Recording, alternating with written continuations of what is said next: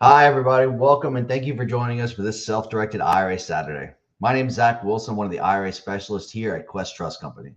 So today I'm excited. We're going to be looking at a couple self-storage options, and we're going to be really going into why you should have self-storage within your portfolio. But first, a little introduction. So got to give you a disclaimer. Everything that you're about to see here is for your educational purposes only. It's important to understand the role that Quest will play when it comes to your retirement investments.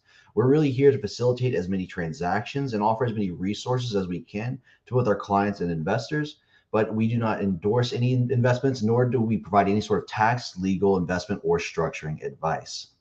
So for those of you who don't know us, if you're joining us for the first time, we are Quest Trust Company. We're a self-directed IRA custodian. But really, what is that? What is a self-directed IRA? Really, that term self-directed is really just a marketing term to illustrate you're the one in control of the investments.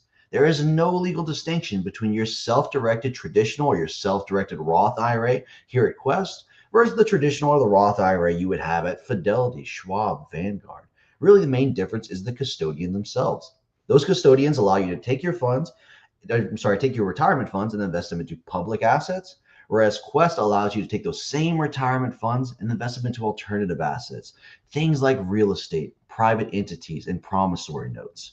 Right, so it's important to understand the difference and have the balance in your portfolio because it offers that type of true diversification.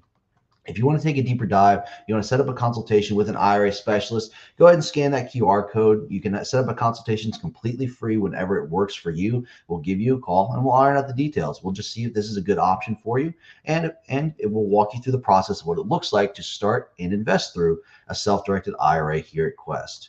And we are extending our rewards for deposit promotion. So essentially, if you move over a qualifying amount within your IRA here at Quest, you could qualify for and credit back to your account, depending upon the amount that you're moving over. Okay. So to get into our speaker today, our speaker is Ryan Gibson. He is the Chief Investment Officer and the co-founder of Spartan Investment Group. At SIG, Ryan's responsible for investor relations and raising capital for projects. He organized over 30 million of private equity for Spartan's projects, and Ryan also has experience managing the development of SIG's projects in a variety of challenging markets. So without further ado, I'd like to introduce Ryan Gibson. Ryan, you there? Hey, Zach, how are you? I'm doing good. I'll let you take it away. Yeah, thanks for the warm intro, and I'm excited to talk about self-storage, and I hope everybody had a good 4th of July. I'm here at the up at the beach, taking a break from kayaking and spending some time with the family. So excited to get. Now you get to do the true fun things, right? Yeah, exactly. Yeah, no, this is perfect. So, you have a good 4th? Oh yeah, no, definitely. I definitely got to spend some time with family. So not often I get to see them because they're back in Louisiana. Oh, nice, very good. Well, cool. Well, thanks for having me again, and yeah, we'll go ahead and get started. Okay, well, yeah, let's see if I can get my screen here on. I think you guys can see my screen. So very good. So yeah, my name is Ryan Gibson, and I started Spartan Investment Group and we primarily focus on self-storage. So I had a lovely time meeting many of you at the Quest Fest just this past weekend in Dallas. And I wanted to really kind of start out with the question to get some thoughts going, which is, are Americans using more self-storage today than they were maybe 30 or 40 years ago? And the answer is pretty clear based on some of the growth that we've had as an industry. So if you're probably thinking like, I've seen self-storage in my neighborhood and they've been building it all over the place, and I feel like it's coming up in every street corner. And that's because it has. Over the last 30 years, self-storage has grown by more than 3 times. And so if you look at this chart, you can see back in the 90s, Americans used self-storage about 2 square feet per person on the average as a country. And so now we're up over 6 square feet per person in 2023. And that number is expected to grow. And that really all started back in the industrial revolution that we've had as a country, where we started to consume more. We started to build more things. We started to build appliances and build vehicles and build cars. And that trend has continued into the world that we live in today, which is the Amazon world, where you can buy something on the internet with one click and it shows up to your door, usually within 24 hours. And that's really created a bunch of consumerism. The other part that has created more and more self storage as family households is the fact that our houses are getting smaller. And we also have the squeeze of housing costs becoming more expensive. So, especially millennials living in smaller and smaller dwelling units, such as apartments in our urban areas or even suburban areas, our housing is more expensive and it's smaller, leading to people needing to have that extra closet or that extra space to put their belongings in. So, when you think about the trends in the industry that's putting pressure on people to use self-storage units, it's really becoming an extension of their home at a lower cost per square foot than what maybe they would rent or buy a house for. Let's talk about square footage renters by household. So you can see here, since 2013, we've had an upward trajectory of more and more Americans consuming self-storage. In fact, the penetration rate as an industry is about 11% per household. So you can see folks have really started to adopt this and start using self storage. So I always ask people, if when they say, I feel like it's kind of there's too much of it and it's it's kind of being built everywhere. I always like to ask people, tell me if you've ever used a self storage facility before, ever in your life. And the next question I usually ask is, why did you use it? And because 1 in every 9 American uses a self storage, and it's the reason is quite simple. Even if you have a garage, 66% of our customers actually uses that use self storage actually has a garage as well. So when you think about why you use self storage, it's really for 4 reasons, which is death, displacement, divorce, and downsizing. So when you look at these are make up 70% of our customers right now. And what's interesting about the industry is that right now, a lot of Americans aren't moving because interest rates are fixed in their home and they have a low interest rate from 2021 and prior.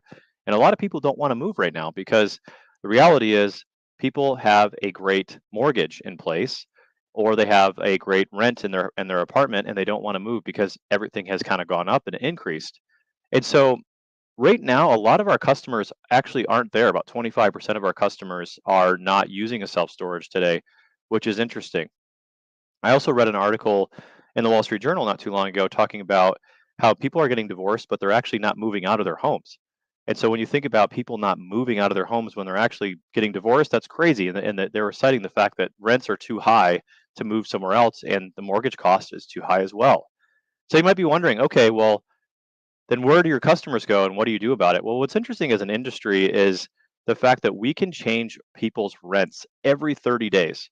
So what we do right now is we actually have a lot of specials to get people to move in. So you might see a lot of storage facilities with that 1 month free or 3 months at half off or, buy 1 month, get 1 month free kind of stuff. And that's because we're enticing people to move into our facilities and then we can raise the customers' rents sooner. So we may have, as an industry, raised our rents maybe at month 7. Now we're raising our renters month their rental rates maybe at month 3.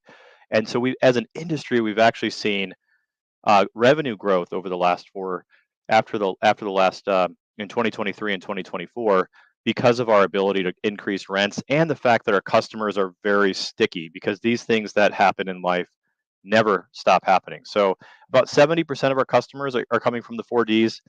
And I think another trend that's interesting about self-storage right now is if you asked which generation uses self-storage the most, you might think like baby boomers because they're moving from maybe northern colder states to southern states, or maybe they're settling down from a big house to an apartment, or maybe their parents are passing away and they're using self-storage to put their home belongings or their heirlooms. But the reality is, most of our customers right now are Gen X and millennial, about 34%. So when you think about our customer base, the most customers that we have are people that are having the most life events. Millennials and Gen X right now, they're going through that phase of life where they're having kids, they're moving, they're changing jobs, they're renting an apartment or maybe buying a house, and all these things kind of add up to self-storage use. And that's because customers have life events. And why self-storage has been so recession resistant over the last 40 years is because no matter what happens in life, you're going to have a life event. You're going to always have something going on. Nothing stops that. You're always going to have either a growing or shrinking family. You're always going to be having a job change. You might be moving houses. You might be getting laid off or downsizing or switching jobs. You're always going to have something happening in your life that creates the need to move. And then also, what I like about self storage is that most of our customers are business owners. So about 30%. So when you think about Amazon, Etsy businesses, landscaping companies, food distributors, Little League baseball teams, we even have the Chamber of Commerce renting our units in a couple of our storage facilities. And sheet metal contractors and folks that have vehicle and boat RV storage are huge. So businesses use a lot of the self storage facilities. And so for the last 2 decades, self storage has become very consolidated, or at least there's been rapid consolidation. And the fact that these three public companies are some of the largest nationally traded REITs, public REITs that you can actually buy stock in. There's actually four major ones. The one that's not on the screen is NSA. And so CubeSmart, Public Storage, and Extra Space have really become the dominant players in the industry from a REIT perspective, really commanding a lot in the market. So just a little bit about me, how I got into the space. I actually was a pilot for 17 years in the airlines. That's a picture of me flying my very first plane. And I love to tell the story where I actually I ended up working for Delta most recently, but my during COVID, it was one of the last few times that I was flying since recently retiring. And so basically my plan was to go take an airplane from New York down to Orlando. And when I was working this flight, it was right when COVID set in. And I kind of thought self storage, still like I was investing in it and it was working really well. But I was like, I don't really understand this industry as quite as much as I should. I don't quite understand, America's obsession with stuff, right? And so I'm flying this airplane. It's got about 180 seats on it down to Orlando, and it's COVID, so there was only one person on the plane. And so I walked up to the person on the plane and I said, "Hey, I got to ask, what what brings you on this flight down to Orlando today? There's nobody flying." And she said, "Well, my mother just passed away, and I'm flying down to Orlando to move her stuff into self storage." And I was like, "There you go. Life events happens no matter what's going on in the economy." The other thing that I that made me personally think about how self storage plays a critical role into people's lives is, when my wife and I first got married, our apartment kind of looked like this, pretty bare bones, pretty modern, nothing really cluttery or things, I didn't really need a self storage unit. But when we had kids, this is what happens to your house. It gets flooded with toys, it gets flooded with stuff. And the reality is that as you have more kids, we ended up having to buy a new house. So in order to sell our old house, we had to put our stuff into self storage while we staged the house. And then when we had our new house that we moved into, we were like, we should really renovate this house and make it our own. So then what we ended up having to do is we renovated our house. And when we did that, we had to move our stuff into self storage again. And so and what ended up happening was, I thought, oh, the renovation is only going to take, 2 or 3 months. It's just a light renovation. And of course, what happens in every renovation? It ended up going about 18 months because we wanted to do the yard and the basement and all the bedrooms and the bathrooms. And it just kind of scope creeped to the point where, we ended up having our stuff in self storage for well over a year. And this is what we see every single day with some of our 30,000 customers is, they move in and it's a small, they only plan to be there for a little bit of a time. And then a year or two or even 3 years later, they're still in our units. Um, there's most of our new facilities that we build around new neighborhoods. A lot of furniture staging companies like this one use our self storage facilities to swap out their furniture as they buy and sell new homes. And we like to think of self storage as kind of like a subscription service, to where you're moving into your unit, you're paying a monthly fee, and it's like a subscription service. So you're literally just coming in and you're paying a monthly fee, and you kind of forget about it, right? And the average unit price is about $89 a month nationwide for a 10 by 10. And when you think about paying $89 a month. You move all your stuff into self-storage, and you don't really think about it anymore. So of course, it's like a gym membership, right? Who wants to cancel a gym membership, and especially a self-storage facility? Why would you ever want to cancel your self-storage when you come down to the property, you open your unit door, and you look inside and look at what you see? You see all this stuff that you don't really want to move out. So our tenant stay in our portfolio currently is about 30 months. So we get tenants that move in and they tend not to move out. They're very, very sticky customers. So how is self-storage performing today? Well, I thought this was an interesting chart that I picked up, and it really shows the overall distress by property type. Right now, the real estate market is going through an interesting time. We've had interest rates at over 5% now for almost 2 years, I guess, at this point. And so, with the higher rate interest, we are seeing more distress in the market. And specifically, office, retail, lodging, multifamily have gone through quite a bit of stress with default rates. But if you look at self storage at the very bottom there, self storage has little to no default rates over the last 2 years, which shows just really how recession resistant it is, how well the occupancy has grown and revenue has grown. I should say revenue. Occupancy is actually down in self storage right now because not as many people are moving, but rental rates are up. I'm sorry, revenue is up because of that increasing customer cost that we can put on our tenants by changing and adjusting our rent. So we actually saw a 4% revenue growth rate last year in our portfolio, despite seeing a slight decline in physical occupancy. So self storage has been really good. And I thought was interesting about this chart. The orange there is industrial, and you can see the default rate going up towards the end of 2023. Likely because there was some oversupply in some markets of industrial warehousing that hasn't been occupied yet. But this is also my favorite chart. I love this.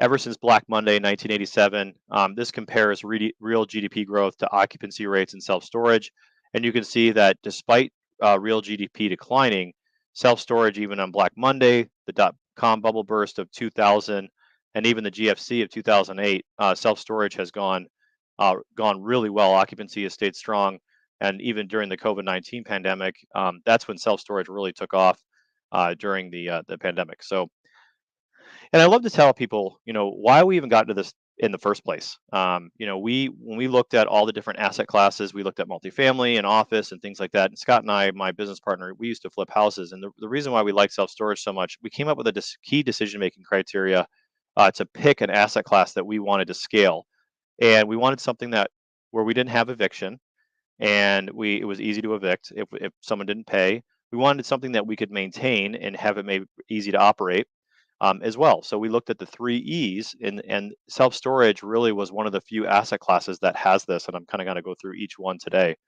The fact that we've got 30,000 doors and maybe less than 100 toilets in our entire portfolio is something that I love because I'll give you a great example. We have a property that's got, I think it's got about 1,200 units on it, and there's one bathroom. So when you think about how many units we have and how many toilets we have to take care of and all the maintenance that goes along with that, we really don't have a lot of that. Leasing agents. Now, we do have store managers that do a fantastic job, but we don't need to have a leasing agent rent every single unit to every single customer that comes in the door. Typically, like in single family or multifamily, you're going to have to talk to somebody. You're going to have to fill out an application, sit down with somebody. It's very labor intensive to lease up units.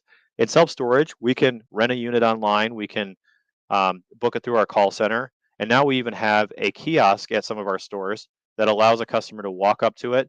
And there's a screen where you can talk to a real person in a call center that's talking to many, many people. So pretty awesome, some of the property technology that it's gone into the space.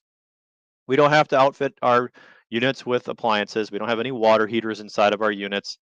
And like I said earlier, we don't have eviction notices. We don't even have eviction laws. Uh, we have auction laws where we can lien your belongings, and after 30 days of non-payment, we can basically kick you out and auction off your stuff and use the proceeds to actually pay for the rent that you didn't send us. And then when the units move out, when the tenant moves out, I always say, to quote Kurt at Quest, a dustpan and a broom. That's pretty much all you need to move out your tenants because you have four walls and a concrete floor. You don't have to do the trim and the carpet and redo the appliances and the countertops and the cabinets when you have somebody move out. So that's what we love about it. So let's really kind of dive into what a self-storage lease looks like. When I say easy to evict, I mean really easy. The very first thing in a lease that you're going to see is that the stored property, this is to the tenant, or the customers, like we like to say, the stored property is subject to lien in favor of the owner. So basically, anybody who rents a storage unit is putting their stuff under the banner of having a lien right to it. So, and anything that you put in there as a customer, it can be sold if there's no payment that hasn't been received by the owner for a continuous 30-day period. So most states that we operate in allow you to auction off their belongings within 30 days, which is incredible. And after 5 days of you not paying, our gate software actually will turn off your access to the facility. And so it's easy to evict and operate in this regard by having those more favorable tenant landlord laws. So what I like to say too is, like, we're in blue states and red states. We are in some great markets in blue states. We're in some great markets in red states. You know what? It doesn't really matter though, because we don't have to deal with some of the more favorable tenant landlord laws to the tenant, and because we're in self storage. And so I kind of talked about this a little bit in the previous slide, but the lease also talks about the owner, if the occupant fails to pay, we can restrict access to the facility, meaning that after so many days, usually 5 days, we can lock the units off, and the tenant can't or the customer can't access the property. We're also not responsible for any damage whatsoever to their belongings. And for as far as the maintenance goes, we have no toilets, we have no countertops or appliances to deal with, and the occupant's not even allowed to make any alterations to the space. So you're probably wondering, okay, so what are the unit mixes? I know in multifamily it's a 1 bedroom, 2 bedroom, 3 bedroom. Well, here are some typical units in a self storage facility. So this is a 5 by 5, and you can see that it's a pretty basic unit, 5 feet by 5 feet, 25 square feet. We don't have too many of these, and they're usually on the ends like they are here. This one's a 5 by 10 unit, so a little bit bigger, and this one's 10 by 10. This is the most common unit that you're going to see in a self-storage property. And this is actually at one of our facilities that we built just outside of Seattle, Washington. So 10 by 10, in the industry, that's kind of like your middle of the road unit. 10 by 15, very popular in the suburbs. So we do a lot in Texas, and this is a very popular unit in Texas, just because of its sizing. And this is a 10 by 20. Again, this is kind of a popular unit in those more rural markets where people want a little bit more space. Um, and that's pretty much it. Those are, there's 10 by 30s and 12 by 40s, and there's a bunch of other types, but for the most part, those are kind of your most common unit types. So I wanted to tell you guys a little bit about kind of where I come from as far as investing, and kind of how I built up my real estate experience to kind of get into self storage and kind of offer this to our investors. And it all started with being a single family investor. So this was actually one of my very first single family homes that I bought. This is just outside of Cleveland, Ohio, in Cuyahoga County. And I started with buying a bunch of single family rental houses and renting them out. And I thought this would be cool, buying these turnkey rentals all over the country. I'll buy a 80 or $90,000 house. I'll make more, a little bit over a 1% of the rent every month, the 1% rule, and it'll be awesome, right? And so, a couple $100 a property, and then plus they appreciate, and hey, it's turnkey, right? Well, here's how it really went. So, I got a tenant in the property, and after about a year, they moved out, and they moved out in October. And it took, in this particular property, it took me 6 months to replace that tenant. So this house sat vacant, not producing any revenue for over 6 months. And during the wintertime, where I was really nervous about, water damage and things like that. Well, the other thing too is these counties have become really restrictive in how you operate your single family homes. To get a certificate of occupancy, I had to get an inspection after when the new tenant moved in, and they charged me $2,500 to fix up the property, which is crazy because that basically wiped out my profit for nearly 2 years. Now, when I got that new tenant in the house, I was pretty happy about it, and then they were there for a year. And after a year of being in the house, my property management company called me up and said, "Hey, they've been in the house for a year. They want to renew the lease. Do you want to raise the rents?" And I was like, I don't want to raise the rents. What if they move out and we have to deal with 6 months of vacancy again, right? Well, that's what really made me want to like get out of single family homes and really do something a little bit more passive. I'm an active operator, but do something a little bit more scalable within real estate, which is self storage. Because the reality is, if we raise the rents $10 a month on a unit like this, is it really worth moving for $10 a month? Most customers are not going to move on a $10 a month change. In fact, just last month, we raised rents on 11,000 of the 30,000 customers that we have, and only 5% of those customers moved out. So the reality is people aren't going to move out as much as you think in self-storage. And if they do, then you have a unit, and maybe you have hundreds of units at a property where you can just find a new customer and they move in. So it's very lucrative. And now, if you think about the average facility size being about 550 units, $10 a month across all those units, I mean, that's $5,500 a month times 12 divided by a cap rate of maybe 6, and that's how much value you can add. You're talking about almost $1 million of value that you can add to a property just by raising the rents. So I wanted to kind of talk about Spartan, and kind of who we are and what we do. So myself and Scott Lewis are the co-founders of Spartan Investment Group.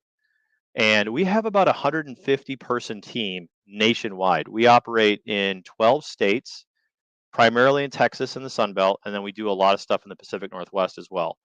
And so today we're one of the Inc.'s 500's fastest growing company. We're actually the fourth fastest growing privately held real estate company in the country, 126 overall fastest growing, and we're one of the 30. We're the 36th largest operator and owner of self storage in the United States. And everything that we do, we brand under the Free Up brand.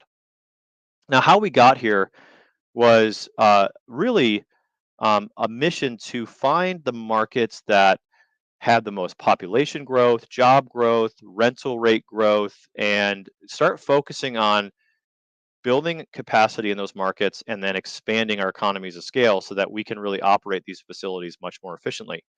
And we did that by raising capital from investors. So we worked with many clients. We worked with cash investors, self-directed IRA investors, and whatever it might be. And we offer basically syndications to investors. And so you can see over the last decade or so, we've amassed a 30,000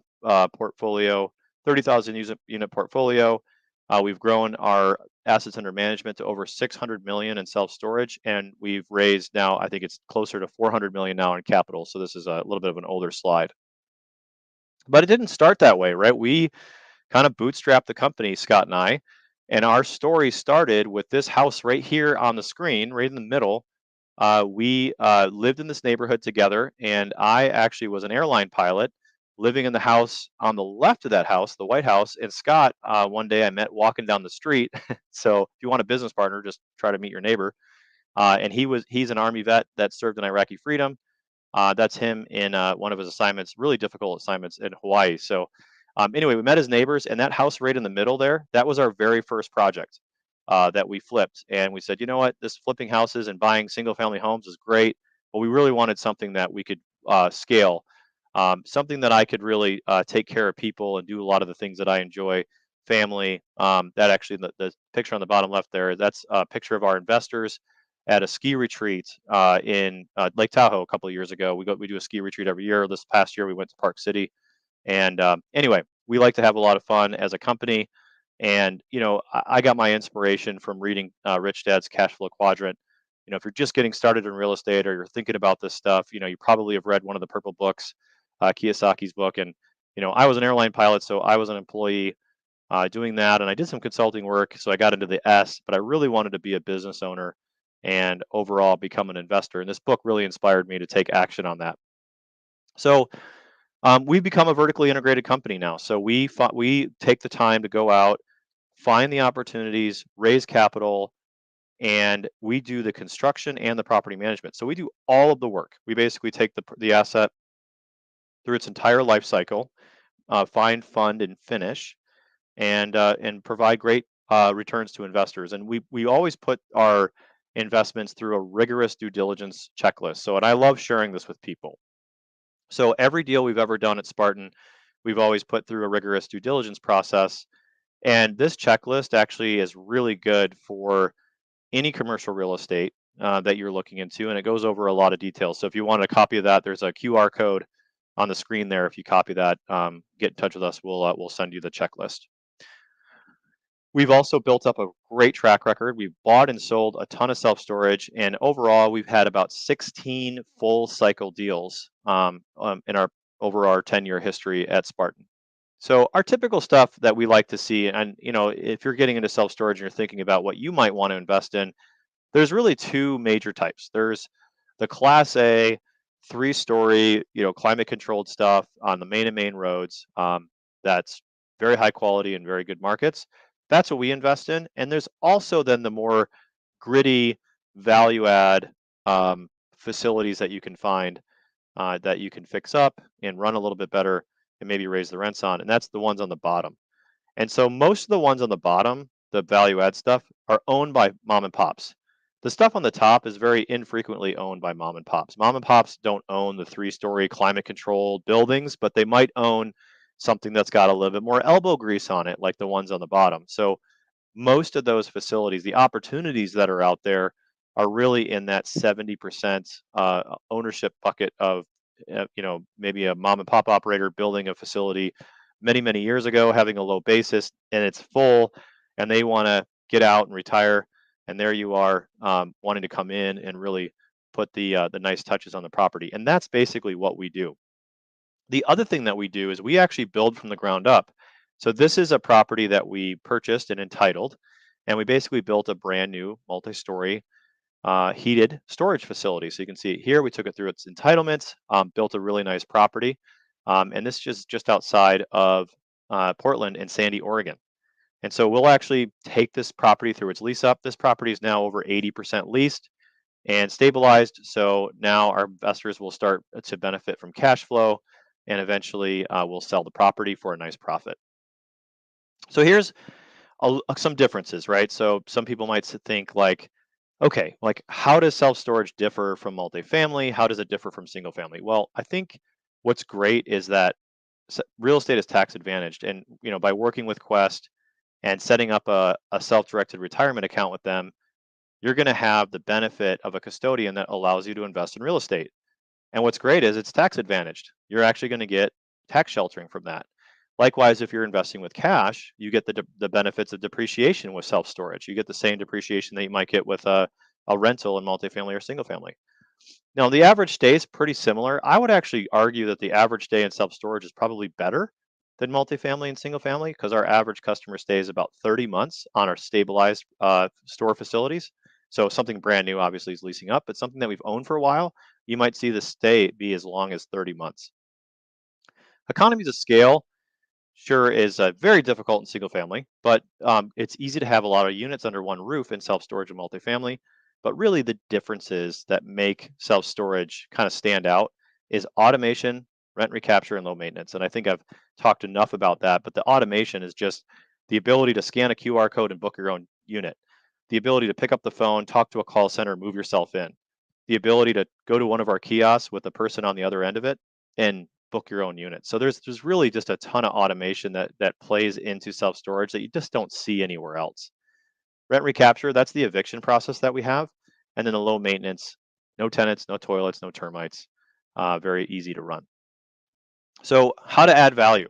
So you might be thinking, okay, well, you don't have all these countertops and cabinets, and that might be what you typically do in a multifamily, is you might buy a multifamily building and fix up 100 units and then raise the rents, right? So how do you add value if there's really nothing to fix up inside the property? Well, the things that we like to do is we like to find markets where a mom and pop is charging maybe $30 a month for this unit, and they're full. They're full, they have a wait list. All the other facilities in the market are full with a wait list, but the competitors are charging $60 on average for the same unit type. And we might find that, when we buy this property, there's 500 units, we might raise the rents to maybe $50 a month. And maybe your tenant moves out, but your tenant moves in at 60. So now it's like you have 2 units for the same unit size, but you have 2 units for the benefit of 1, right? So we find a tremendous amount of value that we can create just by finding properties that are undervalued, fix them up a little bit, and have the tenants move in at higher rents. So Some of the things that we do, you can see kind of some before and afters on properties that we've bought and sold. This is a mom and pop buyer, 85-year-old buyer, didn't want the property anymore. We took it over, we bought it, we fixed it up, we cleaned up the office really nice, we made some nice frontage on the main road, and we leased up the property, raised the rents, and we sold it. And so these opportunities are all over the place. And you can see what we do with our branding. You can see sometimes we run into the picture all the way on the right there is actually the first property I showed you. There was like an air conditioning hanging out of the building, boarded up windows. And so we take these really junky offices and just make a good, fresh appearance with for our customers so that they have a good experience when they walk in. I love pointing out the middle picture there, which has got the TV screens that show you that we're keeping an eye on people. And we fix it up, make it more secure, and then our exit strategy is really simple. So we're kind of like a medium-sized fish at Spartan. We're going to go and we're going to aggregate tons of mom and pop owners. So we go out and find these little mom and pops, we fix them up, we buy them, we do the deals with our investors, and we basically reposition them for sale and sell for a profit. And there might be some cash flow along the way as well. So we actually will then sell to the big boys, right? So the big operators and the big companies, they don't want to deal with buying all these little mom and pops and fixing up all these little properties. They want nice big portfolios in markets where they can scale. And so been a major exit strategy of ours. And so that's kind of some of the benefits of working with a group like Spartan is that we have economies of scale. And so if you're thinking about self-storage and you're thinking about going into a certain market, my question might be, yeah, you might have heard, Ryan, oh, I heard this guy talk about self-storage and he said that it was super automated and you could just kind of run it on your own. It's really not true. You need to have some kind of presence in the market. And that's why we like to cluster our properties together, because when you do that and you have really well located sites, you get that economies of scale, and that allows you to get efficient with your payroll. So you can put ads in one market and that covers all of your properties, or you can focus on SEO in one market, or you can have shared payroll. You can have a manager maybe cover one site 2 days a week and the other site 3 days a week, because you really don't need somebody there all the time, and that leads to overall better returns. So scaling is a really important part. Now, I wanted to go through the different sources of revenue because I'm going to bust a myth today, which is auctions make money. They don't make money. Storage auctions actually don't make money. I know you probably have heard the show Storage Wars, and you think, oh, yeah, these guys are making tons of money because they find Ferraris and money in there or whatever. But you can actually not make money on auctions. And so I just want to go through the different sources of revenue that you can actually make in self storage, and I'll talk about how the storage auctions work in just a minute. But tenant insurance is really so the main driver of revenue in your storage business is going to be your rentals of the units. Self-storage units get the best rent. That's your number one source. However, tenant insurance is your second best source. And this is what I love. So we buy a property with 1,000 units, let's say. Well, if we buy a unit, a unit with, or a facility with 1,000 units, and let's say the mom and pops, they usually don't have a tenant insurance program in place, meaning they don't require any tenants to have insurance. But you can absolutely, as an owner, require people to have insurance. So we move in, and the first thing we do is we send a letter to all of our customers and say, you have to have tenant insurance. Well, we also partner with a tenant insurance provider that shares any tenant insurance policies that we sell 70/30.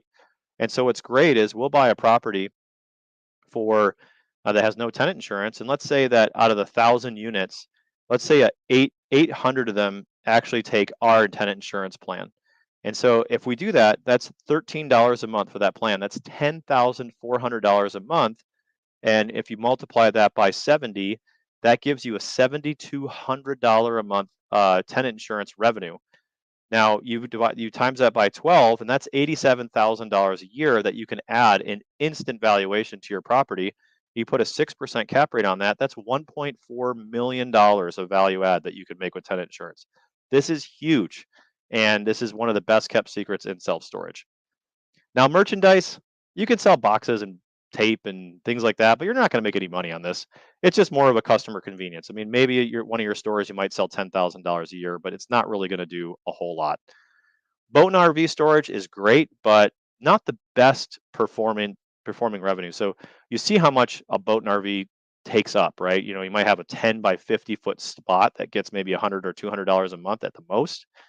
Well, in that same spot, 10 by 50, you can put 5 10 by 10s that you can charge $89 on the average for, right? So that's like $500 a month for the same space that you're giving up. So I would say if you have excess land and you don't have any demand for self-storage, boat and RV can be great because obviously there's a lot of demand for boat and RV storage because let's face it, like real estate's at a premium in a lot of markets and it's really expensive just to have a huge lot for a bunch of RVs on there that are going to pay $100 a month.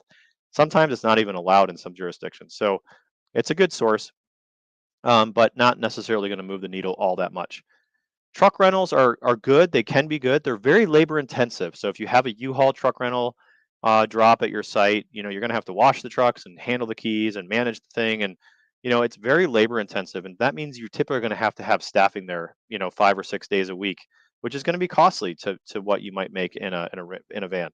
This is actually one of our own name branded vans that we can rent out, and we actually give a free truck rental when the customers move in to try to entice them to move to our property. The other thing is you got cell phone towers. You can put like a cell phone tower on one of your storage unit buildings, get a triple net lease. This is becoming less popular. I mean, we have some sites with this, but not everybody really wants to put a cell phone tower on your place. So, this is kind of few and far between, but you can try. Um, so that's kind of the five sources of revenue. And so I wanted to kind of conclude with how a case study really worked. How actually we bought a facility, added onto it, cash flowed and sold it and profited our investors a 44% return um, for the 5 years that they were in this deal. So we bought this property today. We bought this property for $6 million. And when we bought it, I want you to remember this number: $443,000 at NOI when we bought it.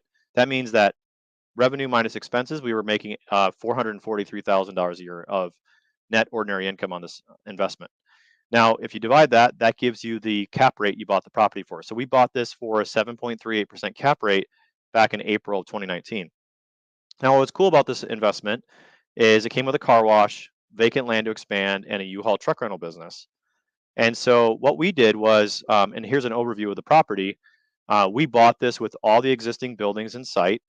And you're probably wondering, did it come with climate controlled? So you can kind of see that we had 735 units, and it was really well occupied, which is 81,000 square feet. But some of that was this interior climate controlled units, and some of it was the outside units that you rent.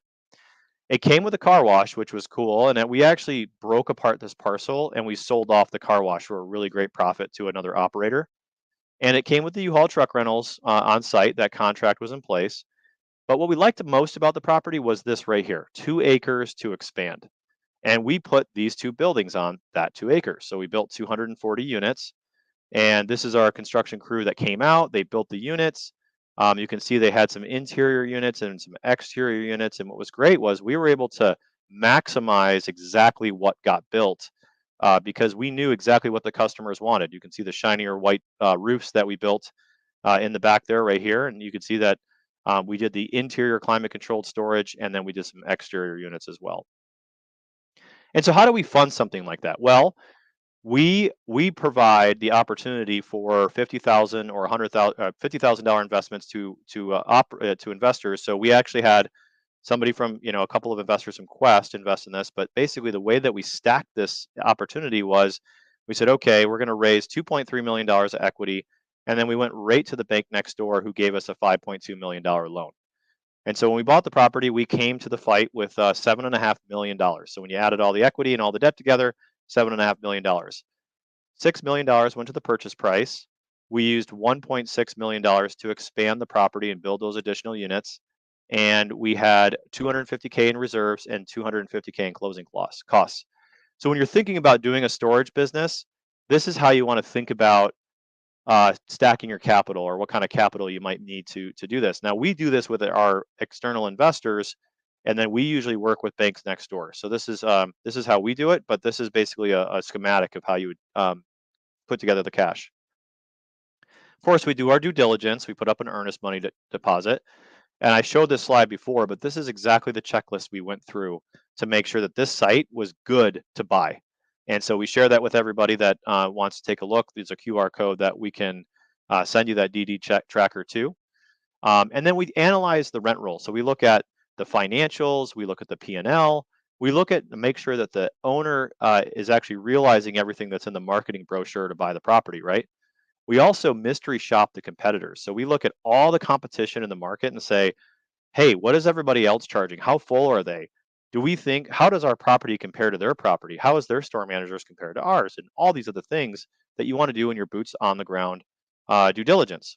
And what we found was that, like for a 10 by 20, the market was charging $155 on average, and our facility was only charging $135. So we saw a massive opportunity to raise rents across the different unit types. And I'll go through a very specific example in a second. And this is your rent roll. This is a snapshot of what every customer is paying. And we said, you know what? There's a gap between what the current market is and what we're actually charging in our facility. And when we put it all that together, and I'll go through that in a minute, we saw a tremendous opportunity to raise rents. And the example I always give is, here's a 5 by 10 unit, and you could see that everybody was 47 or 67 customers were paying $47 a month. And when you compare that to all the other customers, they were paying a lot less than $47 a month. So we did this for every single unit type: 5 by 10, 10 by 10, 10 by 15, 10 by 20. And we basically added up how much we could raise rents, right? And we actually looked at the $47 for a 5 by 10. The market was actually charging 51. So we thought, geez, we could probably not only raise our current customers to what everybody else is paying, but we could also probably raise it another $4 a month for the 80 or so units that we had in this type. And so when we added all that up, we said, okay, there's $165,000 a year that we could raise rents in this property today, right now. And so we said, well, you know, this was our third self-storage that we had ever bought, right? Now we have over 65, but this is the third one we ever bought. We said, let's just kind of like see what happens if we raise rents on some people, and let's give ourselves time. So we actually underwrote or projected to our investors that, you know what, we're going to raise rent $72,000 over 18 months.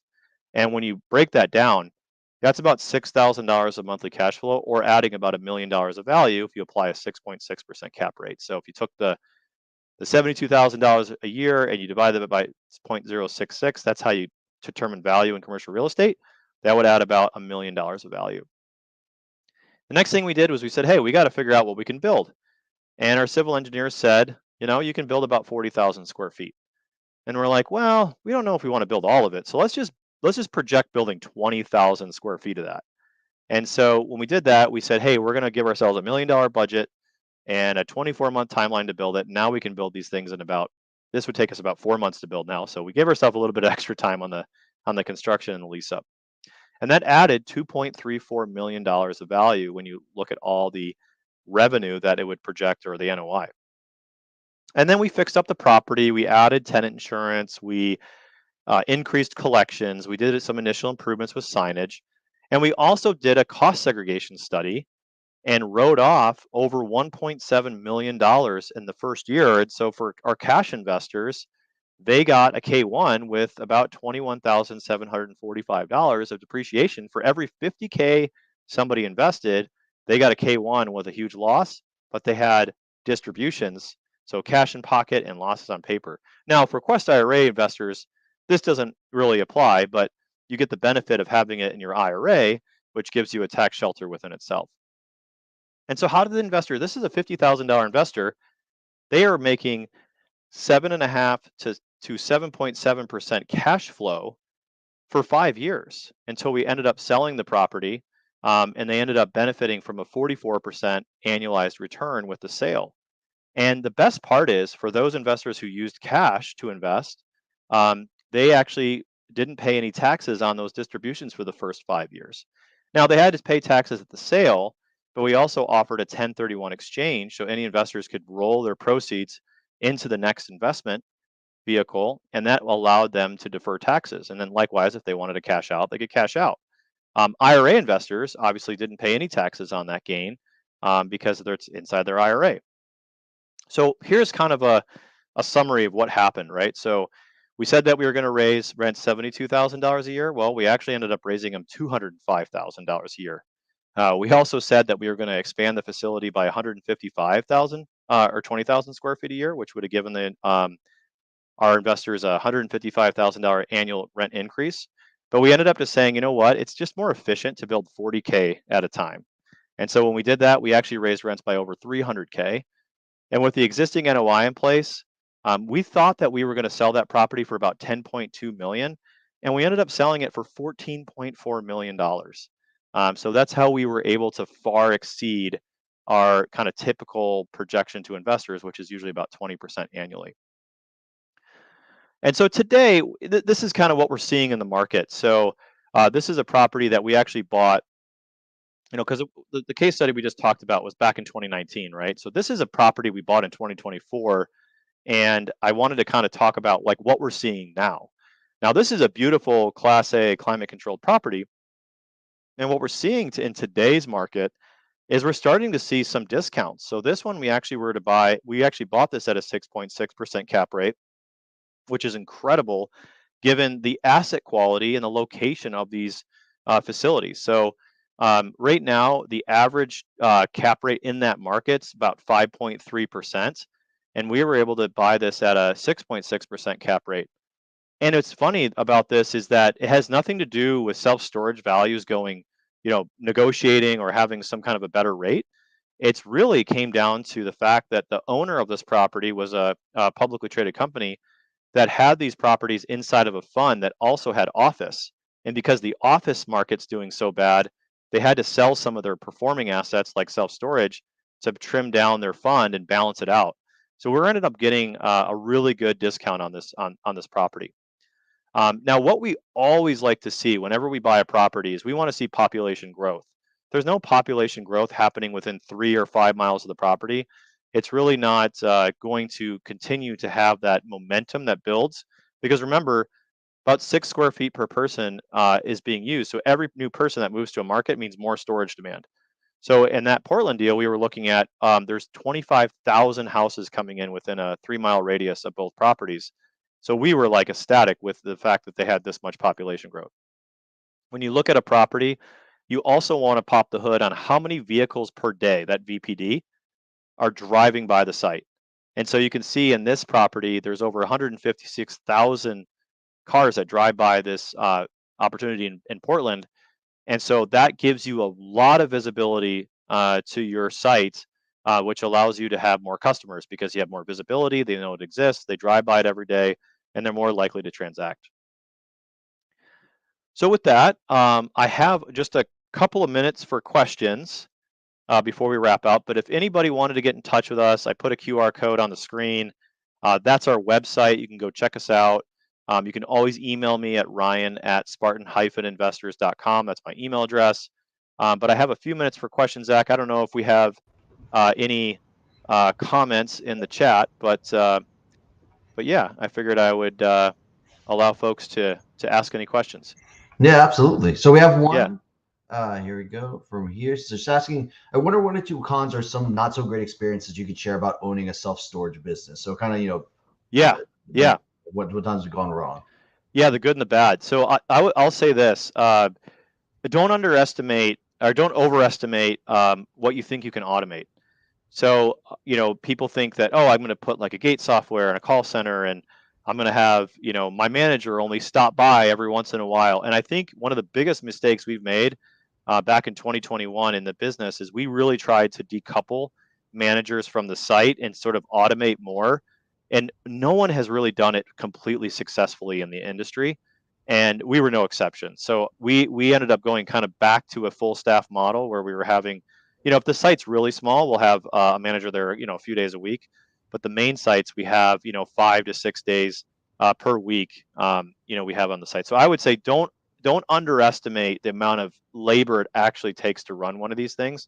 A story that we just bought a facility from a owner that is in California, and they bought this facility. It was a family office. They said, how hard can it be? They bought this property in Tennessee, and guess what? They ended up selling it almost immediately because they're like, holy cow, this is a lot to do. And you really can't automate. You've got to have somebody there going to the site. So it's not very passive when you actually own it yourself. So that I would say that's a big mistake that people make when they get into the space. Awesome. We have another question here from Steven asking, do you see less non-climate control storage going to more climate control? Yeah, I would say it depends. So if you're building like in an urban market where you're downtown, you only have a half acre to work with, it's going to be all climate controlled because it'll all be indoor storage. It'll all be that Class A stuff. When you get out to the suburban, more rural markets, it's about 50-50. And I would say that every great site's going to have about 60% climate controlled and 40% non-climate controlled. So we're building in about 10 states right now. Primarily, we build in Florida.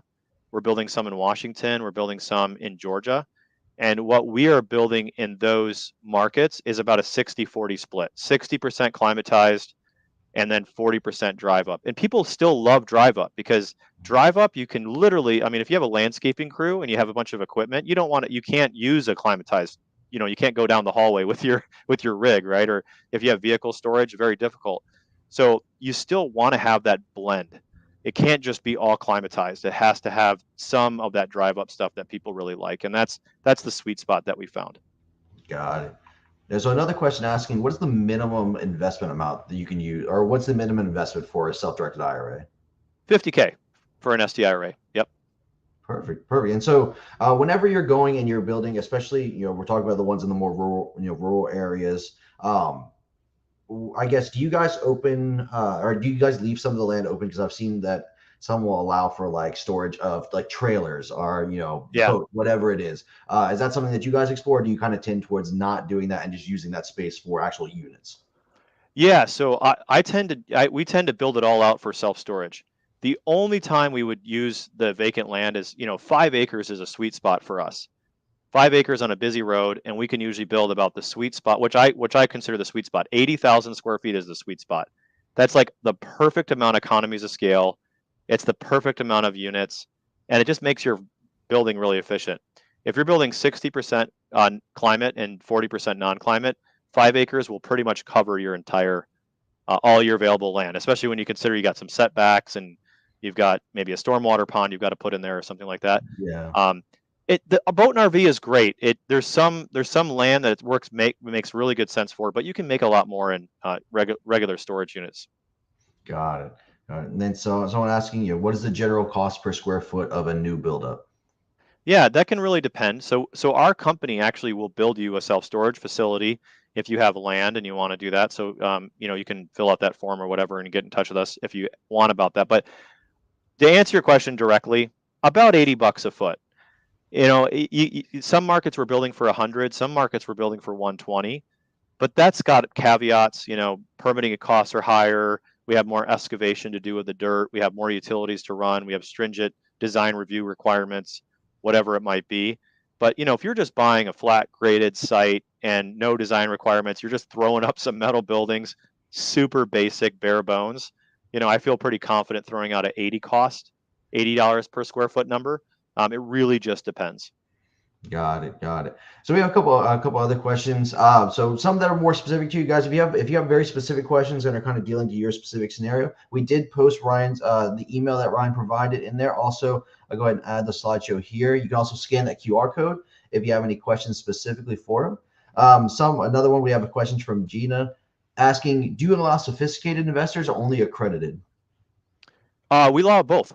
Yeah, so if you're a sophisticated investor, you're not accredited, you get in touch with us. So fill out that QR code. Somebody will reach out to you and schedule a call. And you just have to have a call with us. And then once you have a call with us, we can send you deals that qualify that are open to non-accredited investors or non-sophisticated investors. Now, we can't advertise deals that are limited, but we take both. At the end of the day, just get in touch with us, have a call with one of our teammates, and then that makes you eligible for the deals that are open to non-accredited investors. Perfect, perfect. And so as we close, let me drop that one down. So as we close up here, guys, throw any last minute questions that you have. Ryan, I guess as we're heading into a real estate market that obviously, we're seeing it turn, right? People are kind of we're on the fence. Everyone's kind of wondering, where's the real estate market going to go? Where's the overall economy going to go? Would you say that these self-storage investments are more recession resistant investment? Yeah, I would say, it's very interesting. Right now, I would say self-storage is incredibly resistant. It does really well during the growing economy and really well during the falling, and great or excellent during a disruptive economy or where people are losing their jobs or there's distress. Right now in the economy, there's kind of like neither, right? It's kind of Right. like we're not really in a recession, we're not really on a growth. We're kind of this like what's going to happen with rates is kind of what everybody's thinking about. Yeah. But here's why I get so excited about storage right now. There's not as many people moving. I talked about that right in the beginning. There's not as many people moving. So our occupancy right now is actually down. However, our revenue is growing because on the existing customers that we have, we're increasing their rents. So we have growing revenue right now in a time where a lot of people aren't using self-storage. Our physical occupancy is down. What's exciting though is that not as many storages are being built right now because of interest rates and costs of construction and things like that. So that's going to limit supply. Meanwhile, everybody in the market is putting their moves on hold. Like I said earlier, people are getting divorced and not moving out. People are putting off their moves because they don't really want to buy that house right now because they've got that nice fixed rate mortgage. Yeah. Well, guess what? If you're a believer that rates are going to go down, and I'm saying that they are, if you're a believer that rates are going to go down, guess what? People are going to start moving like crazy again. And all the stuff that they put off, they're going to start moving. Now, if you're not a believer that the rates aren't going to go down, that they're going to continue to maybe stagnate or go up a little bit, then you're going to start seeing friction in the market. You're going to start seeing job loss and relocation, and you're going to see people move. You're going to see disruption. You're basically going to see life events happening. And so I couldn't be more excited about the future of self-storage, given how well it's performing in today's environment where the market may not be as strong as it was during the pandemic. So, I see it as a continued performer when you look back 40 years to today and going forward. I see it, doing really well. Awesome. Well, thank you so much, Ryan, for coming out and speaking with us. Let's get back to your Yeah. time with the family. Guys, if you want to reach out directly to Ryan, we did post his. We had the QR code up. We also posted his email in the chat. It's Ryan@Spartan-investors.com. Feel free to reach out to him. If you have any questions for regarding your IRA with an investment with Spartan, feel free to reach out to the IRA specialist. It's IRA specialist with an S at the end at questtrust.com. And thank you guys for joining us. Ryan, thank you so much. Thanks, Zach. All right. Have a good Bye-bye, weekend, everybody. everybody.